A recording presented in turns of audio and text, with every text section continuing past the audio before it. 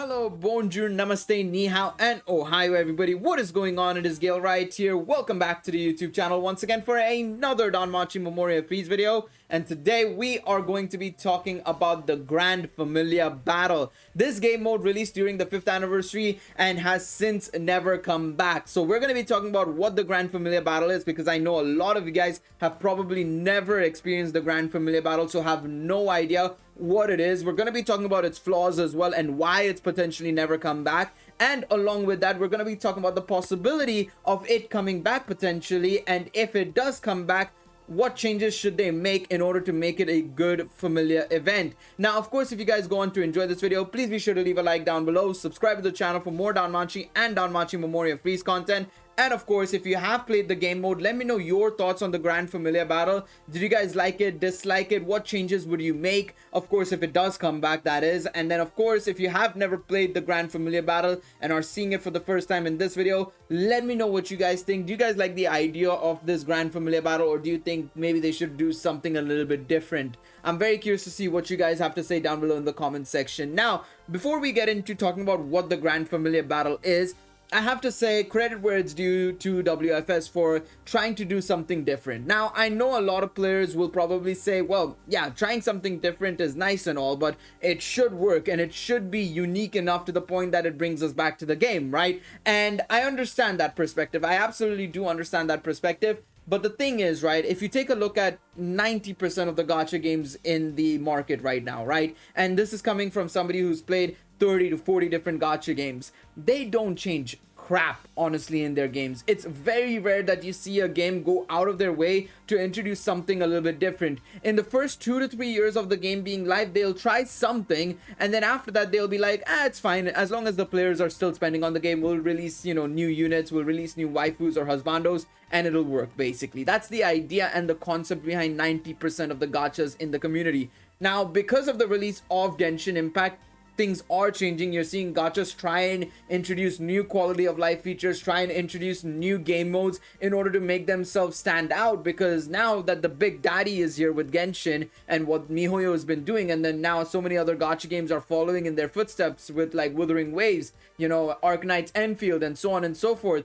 You know, these gacha game companies have to step up and try something different in order to, you know, appeal to the masses. So I have to give credit where it's due. They tried something different, but it wasn't a success. And the fact that it's never come back since the 5th anniversary goes to show that situation. Now, I do believe if it did come back, it would have only come back once probably. I think this sort of an event, this Grand Familia Battle, because of its scale, should have probably only come back during the 5.5th anniversary, and then now for the 6th anniversary. I don't think if they did it more often, it would make any sense, to be quite honest.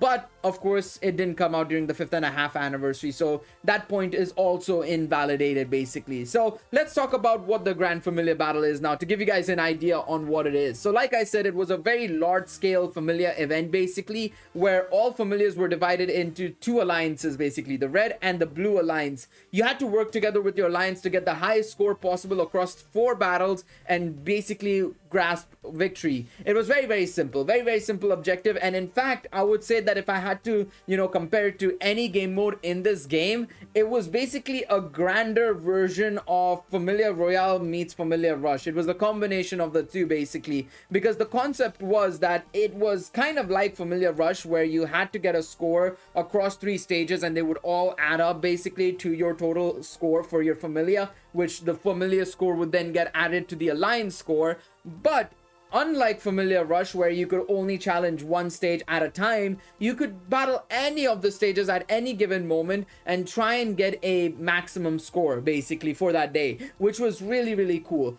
Along with that, you had to also gain medals, not just score, from battling monsters. And then with the medals, you would upgrade your alliance basically. So all the familiars would work together basically to use medals to upgrade the alliance to increase the damage, because the way the upgrades worked was very similar to the familiar level upgrades. So if you go into your familiar right now and you check your familiar level and you check, you can upgrade your statuses, your skill, elemental damage basically in the familiar sort of familiar home, basically the familiar menu. It was very similar to that. As you can see right here, you would use those medals to upgrade the alliance, you could increase fire damage, earth damage, STR magic, dark attack damage, stuff like that. Basically, it was very, very simple and very, very straightforward. Now, at the time, because it was the 5th anniversary and it was revolving the 5th anniversary, primarily you would see people upgrading the light element. Some people would upgrade the wind element because of Yuri and Melia. Some people would upgrade the dark element. Some people would upgrade earth, and so on and so forth. The people would upgrade different things in order to best suit their needs. Now, that is one of the issues, because then, you know, you would see people going for one thing and another thing, and it's already hard to communicate with the familiar, because remember, especially on NA, and this is one of the issues, right? NA is a very small player base. We're a player base of about 6,000 players now, I would say. After the release of season 4 of Danmachi season 4, the anime that is, and of course with the hype of the Hero Festas and everything, a lot of players are coming back to the game or are introducing themselves to the game. So we have a player base of 6,000 people, right?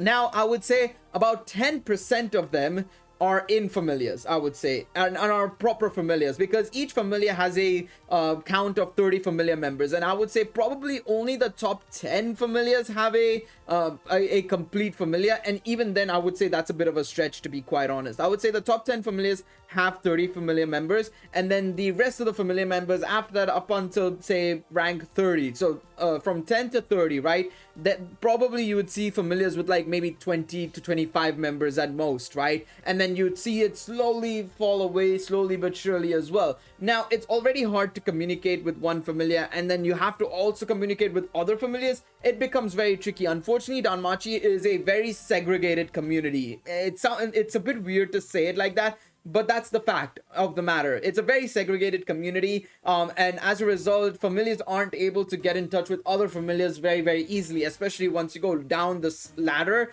It's very hard to communicate with some of the lower end familiars because they're very private groups, right? So you can't work together in that sort of situation. So that's problem one, right? That is problem one. Now, in that whole spiel I just had, you could already notice this. You could already notice the second problem, but we'll come on to that second problem later on in the video. But that was the first problem with this game mode. Was the idea of upgrading the alliance was great, but you would see people putting it in fire for some reason and in water, even though we didn't have a single fire or water unit from the 5th anniversary. Sorry.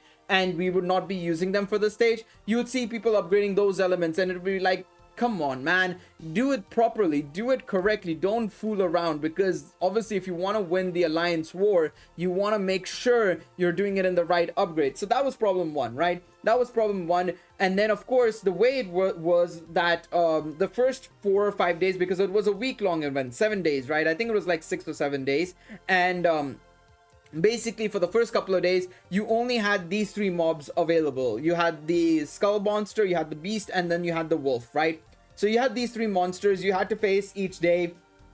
You would also have a rabbit. Basically the rabbit was basically there to primarily gain medals, basically. So if you go over ahead into the overview into this section, I think, yeah, there we go. So you have your high rank monsters, low rank monsters, and disasters. So let's start off with the low rank monster. The low rank monster was a pushover. It was very easy to defeat. You wouldn't get any score from defeating it, but what you would get was medals, and you would gain 1 attempt per hour from the low rank monster. So you basically wanted to keep doing the low rank monsters in order to get the medals to upgrade your alliance. Now, of course, once you beat the low rank monsters, the next thing you would want to do is go against the high rank monsters. This is the main target. You can choose from 3 stages. HP is shared amongst the familiar. So for each familiar, they would have their own HP bar. So it was very similar to Familiar Rush in that regards. And they get stronger each time they're defeated. Again, very similar to Familiar Rush. You can challenge them 3 times per day. Now, what that means is that each monster, not just one monster,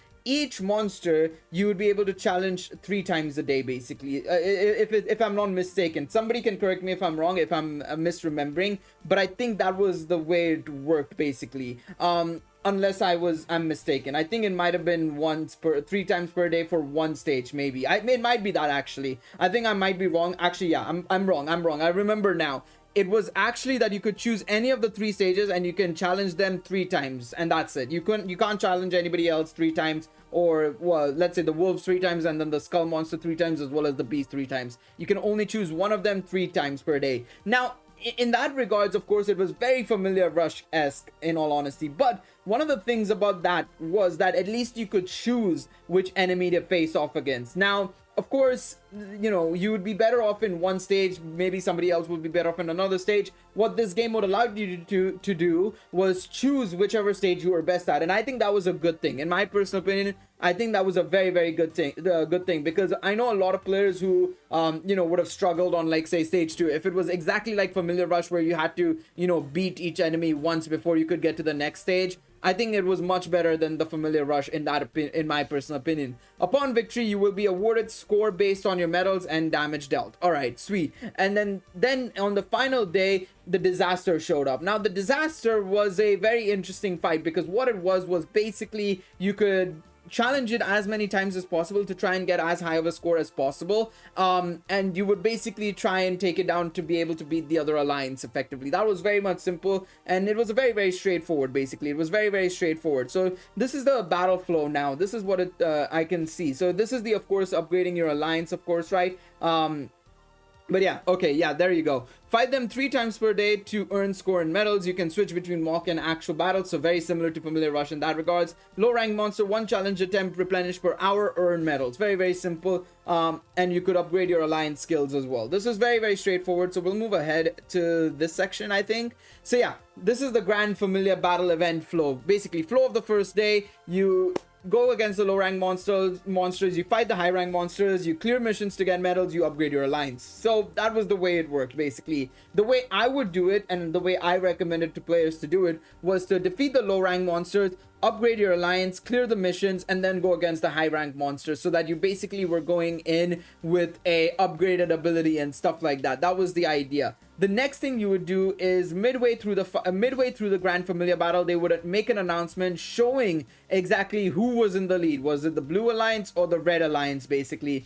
Then on the final day, on the 30th of this was 30th of August, the Disaster showed up, basically the final big boss fight effectively, and then you would see the final results of who won and who lost, basically, between the 2 alliances, the Red or the Blue Alliance. So this was a great idea and a great concept in my personal opinion. Like I said, I really liked the idea of the event personally.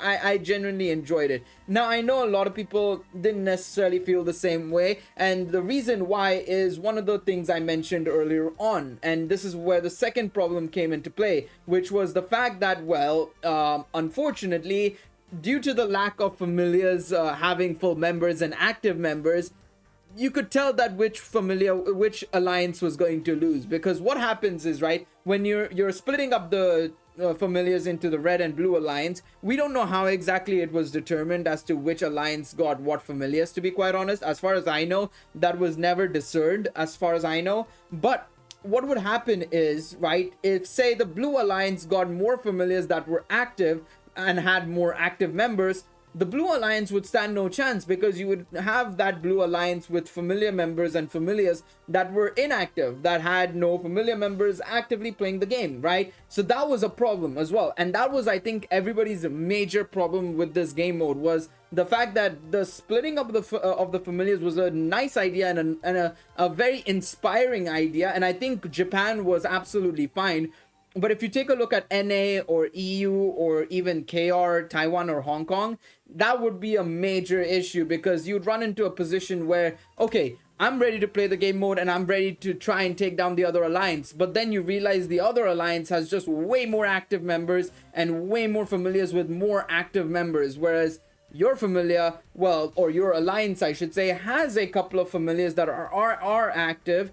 But then you look at the lower levels and you're like, oh, they aren't as active. Uh-oh, that's a bit of a problem then. It's a little bit shaky at that point, right? It becomes a little bit shaky. But yeah, that's just how it was. So the Disaster, which appeared on the final day, the monster only appears during the final stages of the event. You can challenge it as many times as you want, but stamina is required. 10 stamina, that's fine, that's not a problem. The Disaster has infinite HP. The alliance that deals the most damage to it will be declared victorious. Now, the thing is, right, this was also another issue, right, is basically for each victory that you got, right, you would gain a bonus score. So the problem was, whoever beat the disaster was guaranteed to win because the disaster had the highest bonus score basically. So that was also another problem as well. So even if you beat, like, say for example, you may have beaten the first two stages by a huge amount, and then the third stage the red alliance won. Let's say for example I'm the blue alliance, the opponents are in the red alliance. Say my alliance beat the first two stages by a huge amount, and then the third battle the red alliance won by a little bit, right? And then they won by a little bit as well against the disaster.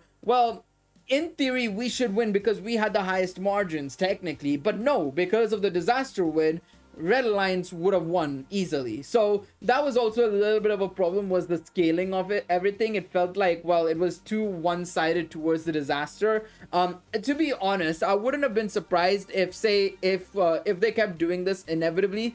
There would be one time where one alliance would win the three smaller fights, and then if the other alliance, the red alliance, won the the big fight against the disaster, the red alliance would win, even though the blue alliance was 3-1 basically, right? That would definitely happen 100%. But yeah, basically the disaster would also drop various items during battle, and it was pretty cool items. You'd get stuff like Aurario souvenirs, you would also get 3-star guaranteed tickets and stuff like that. It was pretty cool. In my personal opinion, I think it was a very, very well designed thing of like how the disaster would drop some rewards. It reminded me very much of the world raid in the first anniversary, and that's where I like the idea of the Grand Familia Battle, because the entire concept was very similar to the World Raid, where we went up against the behemoth. We had this huge HP bar on the top, and we would try and take it down. And each attempt and attack we did, I tried mixing up attempt and attack into the same word there for a split second. But for each attempt we did at the behemoth, we would get rewards for trying to beat it basically, and that was really, really cool, along with the fact that you were working with all the other players on the server to try and knock it down from its max HP to zero basically. It was a lot of fun in that regards, and I think they were trying to do something very similar with the Grand Familia Battle. It's just that it didn't really work, unfortunately, and I think that is a bit of a problem. Now if you take a look at this is Alliance Familia ranking, so this isn't necessarily the rewards for winning the alliance fight. This is the rewards for being the highest ranking familiar in your alliance basically. So first got 500 iris, gnome ticket times 150, yada yada yada. Second to fifth got 400 iris, so on and so forth. 6th to 14, 300 iris, and yada yada yada. You can see the entire list there on your screen right now. It's pretty much there. This was nice. I think it was a cool concept, and I think it didn't put too much stock into at least who would win the overall alliance fight, to be quite honest, because obviously in that situation, if let's say for example we lost and they won and they got these rewards and we didn't, it would have been a bit of a messy situation. I think a lot of people would have been very, very unhappy with the game mode. The fact that this was there was a little bit better, and it meant that actually more familiars would actually get the rewards, which was cool. I think that was very, very nice as well as a concept. Now this is what would be the situation. So these are the other rewards. So in the midway battles reward, if you won a specific fight, you would get a 3-star guaranteed ticket, and if you lost that specific stage, you would gain no rewards basically. So let's say if my familiar won 2 battles and the other familiar won 1 battle, we would gain 2 3-star guaranteed tickets, and then the other alliance would gain 1 3-star guaranteed ticket in the midway point. And then in the final point, if we won a specific fight specifically, we would gain 100 iris and then a 4-star guaranteed 11 draw ticket. And then if we lost the alliance fight, we would gain only 50 iris and 11 draw ticket times 1. So I think that was okay. It wasn't anything crazy. It was a matter of 50 iris and a 4-star guaranteed. So I think that was fine, in all honesty. I think a lot of people would have complained even more so if the alliance that won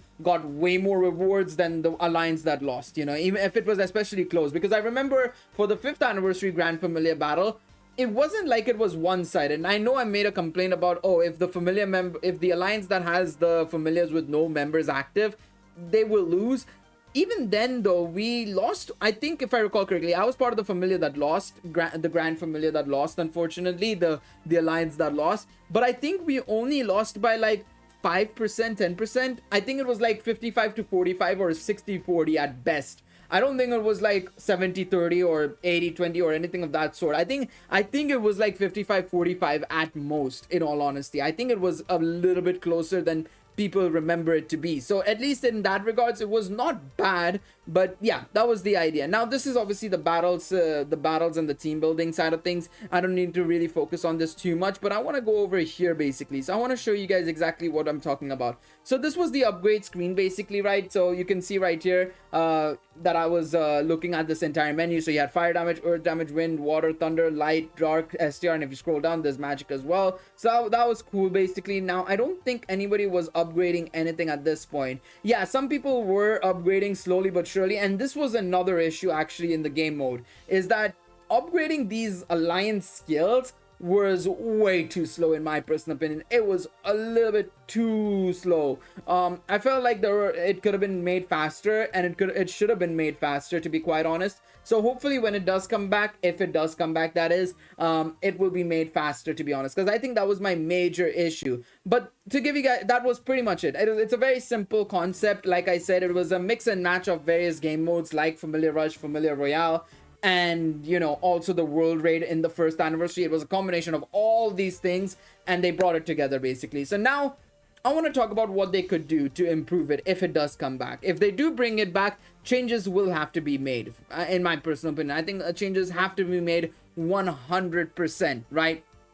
So the first thing I would do personally, right, when it comes to the Grand Familia Battle, right, I hate to do it to people, but I think they need to limit it to only a certain amount of familiars. I think having every single familiar member or familiar in the fight, it's a very tricky affair, because the problem is, right, you run into a situation where, you know, Familiars below 64th position, which is of course the Hero League in Familiar War Games. That is how the Hero League is decided. It's the top 64 familiars. Then they do the next 64 for the King League and so on and so forth. The top 64 are relatively active at the very least, right? Maybe they're not the most active, but they're relatively active. So I think they need to limit the amount of familiars that go into this Grand Familia Battle, in my personal opinion. I think it should be sort of like how Master of Familiar War Games is, right? Where they take only the top 16 familiars into that fight and into that game mode. I think it needs to be a very similar concept. It needs to be the top 64 familiars of Familiar Rush going into Grand Familia Battle. That's my personal opinion. And then you go in there and you split up. You do 32 32, it'll be 1 3, all the odd numbers together and all the even numbers together. That would be one of the ways to do it, in my personal opinion. The second thing that they should do is probably balance the scaling of the scores for all these enemies, to be honest.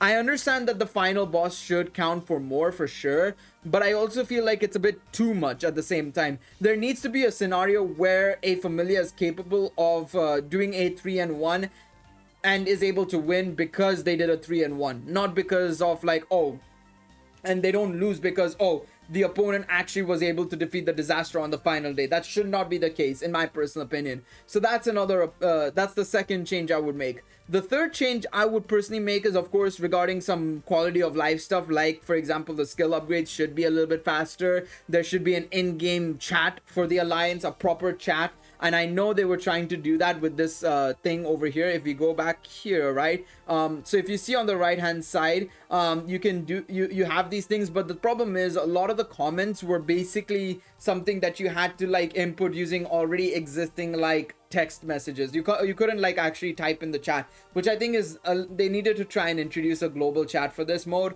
They don't need to have the global chat in generally afterwards or anything of that sort, but they needed to have a global chat for at least this game mode, in my personal opinion, because that way you can at least connect with the players in game some way somehow, right? That's my personal opinion on that front. And now, if they weren't to bring back the Grand Familia Battle, right? If they don't want to bring it back in this iteration, they don't want to do a familiar event for this, I think the best thing to do is just do the same thing that they did in the first anniversary. Do a massive raid, but make it individualistic. Let players get those rewards at their own pace. You know, set the raid up for like 8 hours so that people can come in and do the event. Maybe not 8 hours, but at least have 2 attempts at it, so that, you know, players who aren't awake at the time, because I remember when we had the Behemoth raid, it was at like 3 a.m. in the morning for me, which is ridiculous. Like, I'm not gonna be up at that time unless I'm making a video or I'm, you know, streaming or something. So unless I'm doing one of those things, I wouldn't have been awake at that time. So as a result, I think I missed out at a majority of the raid. I was there for the final couple of minutes or so, or like the final half an hour,